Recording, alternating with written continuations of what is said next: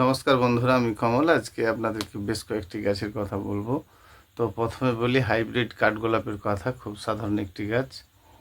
তো একেবারেই অসাধারণ গাছ কিছু নেই, খুব সাধারণ গাছ, খুব ছোট টবের উপর এগুলো করা যায়। হাইব্রিডের বিভিন্ন প্রজাতির কাঠগোলাপ তো আপনারা দেখেছেন, কিন্তু এটি হোয়াইট, দারুণ সেন্টেড একটি ফুল, অবশ্যই রাখা যায়। এবং তীব্র সেন্টেড, যেগুলো আমরা খুব সাধারণভাবে কিন্তু করতে পারি। জানেন তো, এইসব গাছের কিন্তু বেশি কিছু যত্ন নেই, তবে খুব বড় টবে দেবেন না, তাহলে গাছের বৃদ্ধি করে। অবশ্যই ছোট টবে দেবেন। এগুলো দারুণ মানে সুগন্ধি ফুল একটি, অবশ্যই করতে পারেন। অবশ্যই এতে যদি আপনারা কম্পোজের পরিমাণ বেশি দেন আর কি, তাহলে কিন্তু বেশি পরিমাণে ফুল অবশ্যই পাবেন। অবশ্যই বালি বেশি দেবেন, মোটামুটি 60 ভাগ বালি দিন না, দেখবেন প্রচুর পরিমাণে কিন্তু ফুল পাচ্ছেন। এরপরে দেখবো একটি সাধারণ গাছ, কলিয়াস। তো অবশ্যই এই ধরনের গাছগুলো আমরা কিন্তু খুব সাধারণভাবে করতে পারি। কঠিন কিছু নয়, খুব সাধারণ গাছ কলিয়াস। তো কলিয়াস গাছের মূলত ভ্যারাইটি কয়েকটা যদি আপনারা নেন আর কি, তো এর থেকে কাটিং করে করে 4-5 দিন লাগে একটা চারা হতে। ডোকা কেটে আবার একটা জায়গায় যদি আপনারা রোপণ করে দেন, তাহলে জানবেন আবার সেখানে কিন্তু একটা চারা হয়ে যাচ্ছে। তো সেই জন্যে এই সমস্ত জাতিগুলো এমন কিছু কঠিন গাছ নয়, দামগুলোও খুব কঠিন নয়, মোটামুটি 10 টাকা রেঞ্জ। খুব সাধারণ গাছ। অবশ্যই বন্ধুরা এই সমস্ত গাছগুলো আপনারা রাখতে পারেন। যদিও সাধারণ, কিন্তু দেখতে তো ভালো, অবশ্যই রাখতে পারেন, ভালো লাগবে। তো আমরা এই ধরনের গাছ কিন্তু একটা একটা করে ভ্যারাইটি নিতে পারি। অবশ্যই নিতে চাইলে যোগাযোগ করবেন, পেয়ে যাবেন। সেই জন্য এই গাছগুলো আমরা কিন্তু করতে পারি। খুব সাধারণ গাছ, কিন্তু খুব ভালো হয়। এবারে যাব স্পাইডার লিলি গাছের কথা বলবো। খুব সুন্দর এই ভ্যারাইটি স্পাইডার লিলি। অবশ্যই এই গাছগুলো আমরা কিন্তু রাখতে পারি। স্পাইডার লিলি গাছে কিন্তু অনেকদিন ফুল হওয়ার পর বাল্বগুলো তুলে ফেলবেন, মানে পুরো গাছটা ছেড়ে ফেলবেন। তো বাল্বগুলো শুকনো হলে কিন্তু আবার পুনরায় রোপণ করবেন।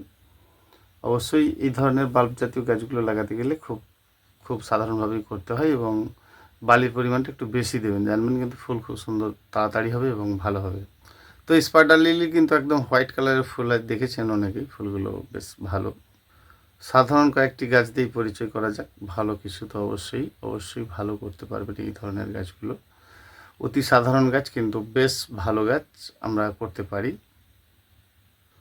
যেমন ধরুন এই গাছটি মিলি গাছ। তো মিলি ফুল খুব সাধারণভাবে অনেকের বাড়িতেই রয়েছে, তেমন কঠিন গাছ নয়, তা আপনারাও জানেন।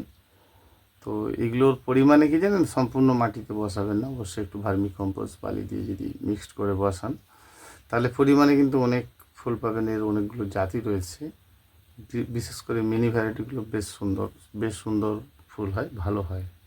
সেই জন্য এই জাতীয় গাছগুলোকে যদি জল কম দেন আর কি, অতিরিক্ত খাওয়ারটা দেওয়ার দরকার নেই, এবং সম্পূর্ণ রৌদ্রে রাখবেন, সম্পূর্ণ মানে একেবারে সম্পূর্ণ রৌদ্রে রাখবেন, জানবেন তাহলে কিন্তু প্রচুর পরিমাণে ফুল পাবেন। তো আজকে সাধারণ কয়েকটি গাছই দেখাচ্ছি, অবশ্যই ভালো লাগবে, বা এই গাছগুলো কিন্তু খুব সাধারণভাবেই করা যায়।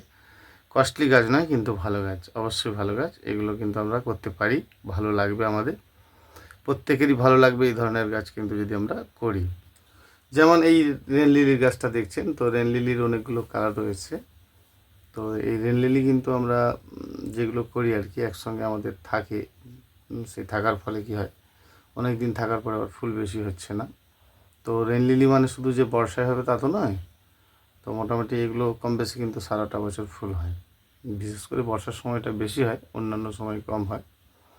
তো এই সাধারণ গাছগুলোকে যদি আপনারা করেন, তাহলে কিন্তু কম্পোজের পরিমাণটা অবশ্যই বেশি দেবেন। মাটি হালকা হলে জানবেন প্রচুর পরিমাণে ফুল পাবেন।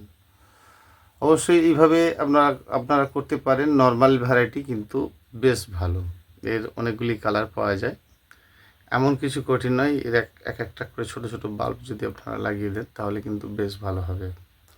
এবারে যাব রাবার প্ল্যান্টে। রাবার প্ল্যান্টের গাছ অনেকে কী করেন যে একেবারে বাড়ির ভেতরে রাখেন, সেটা করার দরকার নেই। সম্পূর্ণ বাড়ির ভেতরে কিন্তু রাবার প্ল্যান্ট হয় না। বেশ কিছুদিন ধরুন আপনি বাড়ির ভেতরে রাখলেন, আবার সেটা কিন্তু বাইরে নিয়ে আসবেন, কারণ মাঝে মধ্যে কিন্তু আপনাকে ওটা রৌদ্র দিতে হবে। তো রৌদ্র না পেলে আবার ওই গাছগুলো কিন্তু খুব ভালো হয় না। রাবার প্ল্যান্ট অতি সাধারণ গাছ। তো এই সমস্ত গাছের অনেকগুলো ভ্যারাইটি রয়েছে, যেমন ভ্যারাইকাটা আপনার হোয়াইটের সঙ্গে রয়েছে, বা একটু কালচে খয়েরি টাইপের উপরে রয়েছে, বা ডিপ গ্রিন রয়েছে। তো মাঝে মধ্যে কিন্তু এগুলো একটু রৌদ্র আপনাকে দিতে হবে। তো রৌদ্র না পেলে কিন্তু এই গাছ খুব ভালো হয় না, আমরা ইনডোর প্ল্যান্টভাবে রেখে দিই। তো মাঝে মধ্যে কিন্তু আমাদেরকে এগুলো একটু করে রৌদ্র দিতে হবে, তাহলে জানবেন একদম পারফেক্ট হবে। রৌদ্র পেলে এই রাবার প্ল্যান্টের গাছ অবশ্যই ভালো হবে এবং খুব ভালো হবে।